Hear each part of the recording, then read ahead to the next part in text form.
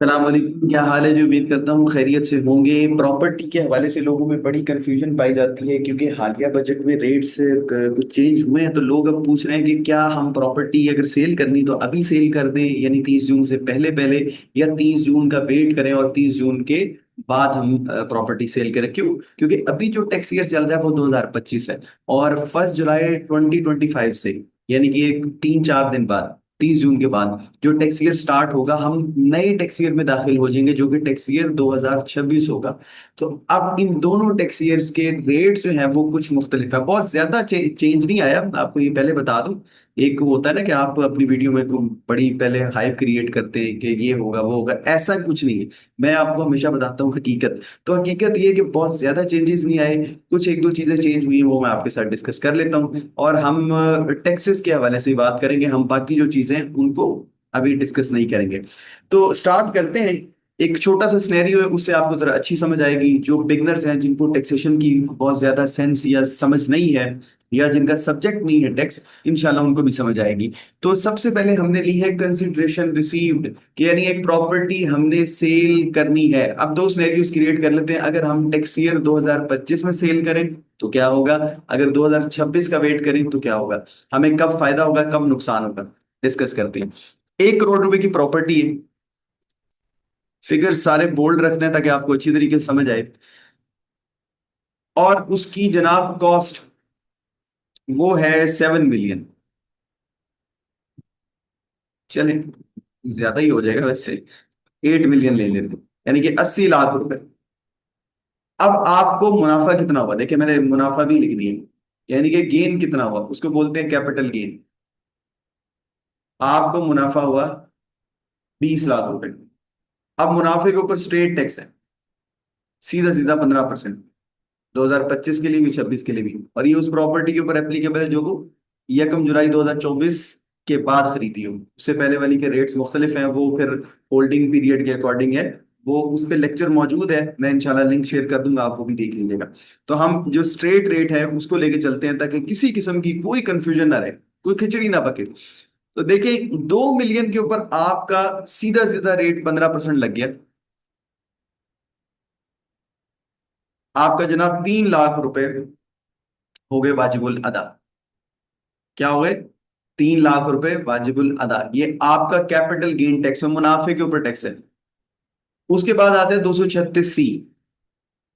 236C, जो कि 3% rate उसका भी चल रहा है फाइलर के लिए, और 6% लेट फाइलर के लिए, और नॉन फाइलर के लिए 10%। ठीक है, तो हम फाइलर को ही यहाँ पे कंसिडर करते हैं। बाकी आप अपने रेट्स के अकॉर्डिंग अपनी कैलकुलेशन कर सकते हैं। अब देखें, ये 3 लाख रुपए तो हमारा आया कैपिटल गेन टैक्स।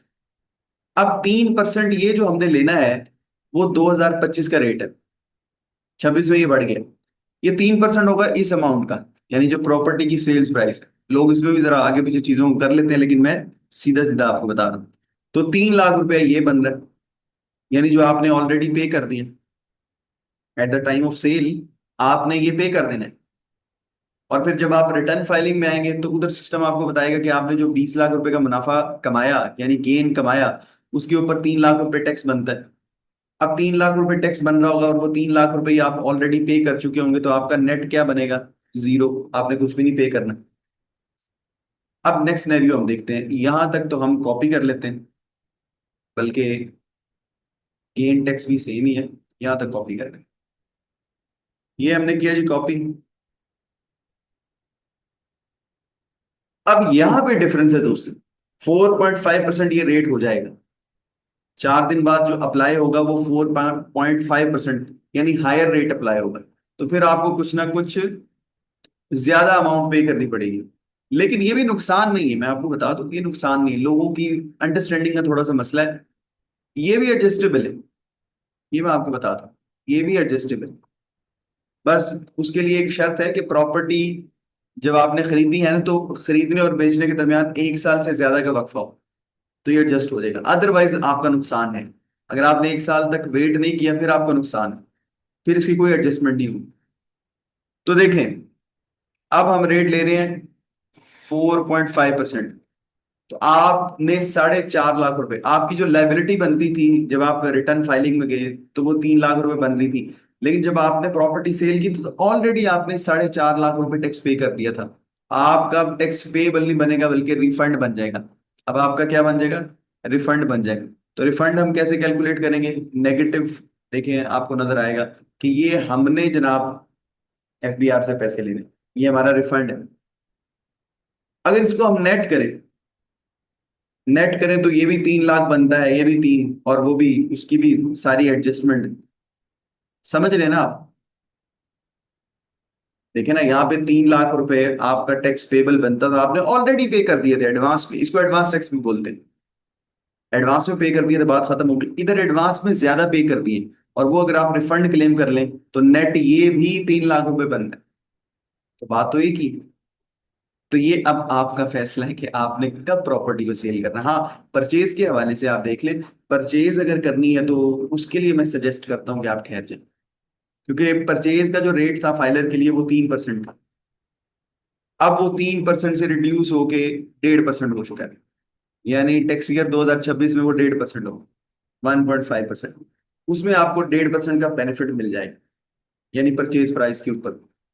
अगर देखें ना, 2025 में आप टैक्स ईयर 2025 में अगर परचेज करते हैं तो आपको वो एडवांस टैक्स देना पड़ेगा 240,000 का।